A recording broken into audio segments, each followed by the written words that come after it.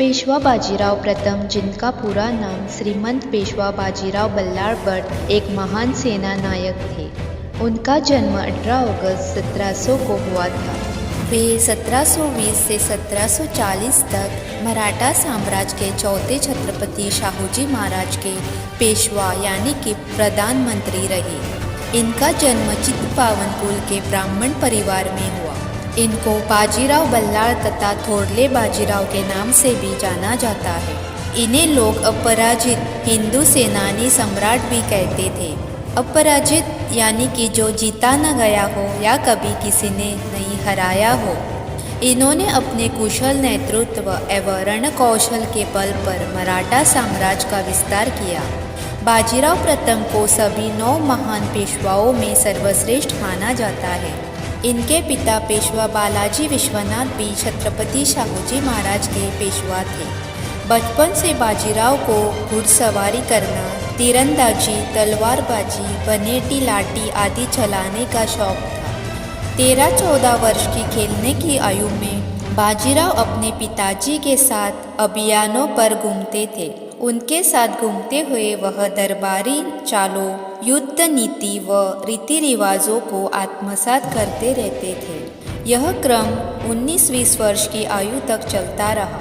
जब बाजीराव के पिता का अचानक निधन हो गया तो मात्र 20 वर्ष की आयु के बाजीराव को शाहूजी महाराज ने पेशवा बना दिया। अल्पवयस्क होते हुए भी बाजीराव ने असाधारण योग्यता प्रदर्शित की। पेशवा बनाने के बाद अगले 20 वर्ष तक बाजीराव मराठा साम्राज्य को बढ़ाते रहे। उनका व्यक्तित्व अत्यंत प्रभावशाली था तथा उनमें जन्मजात नेतृत्व शक्ति थी। अपने अद्भुत रणकौशल, अदम्य साहस और अपूर्व संलग्नता से तथा प्रतिभा संपन्न छोटे भाई श्रीमान चिमाजी साहेब अप्पा के सहयोग द्वारा शीघ्र ही उसने मराठा साम्राज्य को भारत में सर्वशक्तिमान बना दिया। इसके लिए उन्हें अपने दुश्मनों से लगातार लड़ाइयाँ करनी पड़ी। अपनी वीरता, अपनी नेतृत्व क्षमता व युद्ध कौशल योजना द्वारा यह महान वीर हर लड़ाई को जीतता गया। शिवाजी महाराज की तरह वह बहुत ही कुशल घुड़सवार थे। घोड़े पर बैठे बैठे भाला चलाना, बनेटी घुमाना, बंदूक चलाना उनके बाएं हाथ का खेल था। घोड़े पर बैठकर श्रीमंत बाजीराव के भाले की फेंक इतनी ज़बरदस्त होती थी कि सामने वाला घुड़सवार अपने घोड़े सहित घायल हो जाता था।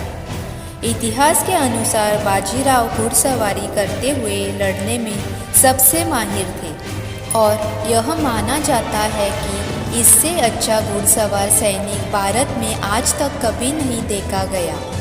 इस समय भारत की जनता मुगलों के साथ साथ अंग्रेजों व पुर्तगालियों के अत्याचारों से त्रस्त हो चुकी थी। ये भारत के देवस्थान तोड़ते, जबरन पंथ परिवर्तन करते, महिलाओं व बच्चों को मारते व भयंकर शोषण करते थे। ऐसे में श्रीमंत बाजीराव पेशवा ने उत्तर भारत से लेकर दक्षिण भारत तक ऐसी विजय पताका फहराई कि चारों ओर उनके नाम का डंका बजने लगा। श्रीमंत बाजीराव पेशवा में शिवाजी महाराज जैसी ही वीरता व पराक्रम था। महाराणा प्रताप और वीर छत्रपति शिवाजी के बाद बाजीराव पेशवा प्रथम का ही नाम आता है, जिन्होंने मुगलों से बहुत लंबे समय तक लगातार लोहा लिया था। छत्रपति शिवाजी के बाद वह गुरिल्ला युद्ध तकनीक के सबसे बड़े प्रतिपादक थे। उन्होंने अपने कुशल नेतृत्व, व्यूह रचना एवं कारगर रणकौशल के बलबूते पर मराठा साम्राज्य का देश में बहुत तेजी से सबसे अधिक विस्तार किया था। हिंदुस्तान के इतिहास के बाजीराव अकेला ऐसा योद्धा था जिसने 41 लड़ाइयाँ लड़ी और एक भी नहीं हारी। बाजीराव की शौर्य गाथा। सन 1724 शकरखेड़ला में बाजीराव पेशवा ने मुबारिज खां को परास्त किया। सन 1724 से 1726 तक मालवा तथा कर्नाटक पर प्रभुत्व स्थापित किया। सन 1728 पालखेड़ में महाराष्ट्र के शत्रु निजाम उल मुल्क को पराजित कर उससे चौथ तथा सर देशमुख की वसूली। फिर मालवा और बुंदेलखंड पर आक्रमण कर मुगल सेना नायक गिरधर बहादुर तथा दया बहादुर पर विजय प्राप्त की। सन 1729 मोहम्मद खां बंगश को परास्त किया। सन 1731 दबोई में त्र्यंबकराव को नतमस्तक कर बाजीराव ने आंतरिक विरोध का दमन किया। सिंधी, आगरिया तथा पुर्तगालियों एवं अंग्रेजों को भी बुरी तरह पराजित किया। सन 1737 दिल्ली का अभियान उनकी सैन्य शक्ति का चरमोत्कर्ष था। उसी वर्ष भोपाल में श्रीमंत बाजीराव पेशवा ने फिर से निजाम को पराजय दी। बाजीराव का मुगलों की दिल्ली को जिताने का अभियान उन्होंने सादत खां और मुगल दरबार को सबक सिखाने की सोची।